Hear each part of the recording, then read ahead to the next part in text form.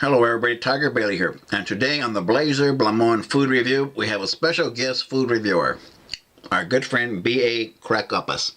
How you doing, B.A.? Pretty good, little buddy. How you doing? Oh, pretty good. So what am I going to be reviewing today? A burger? A chicken taco? What? Well, kinda, sorta, but a little bit different. A&W root beer Pop-Tarts. Whoa! You got to be kidding me. Nope. In fact, there it is. Ha ha ha! All right, I'll try it. Wow, look at that. Ha ha ha ha!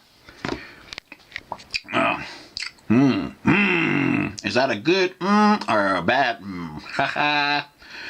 Well, I'll just put it this way. On a scale of 2, I give it 1 yum up. Yum. Anything else, B.A.? I pity the Joe who doesn't have some vanilla ice cream to put on their A&W Pop-Tart. Ha ha! A&W root beer has that frosty mug. Pop-Tart.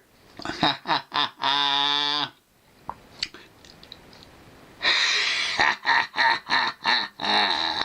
Come on, little buddy, you eat the rest.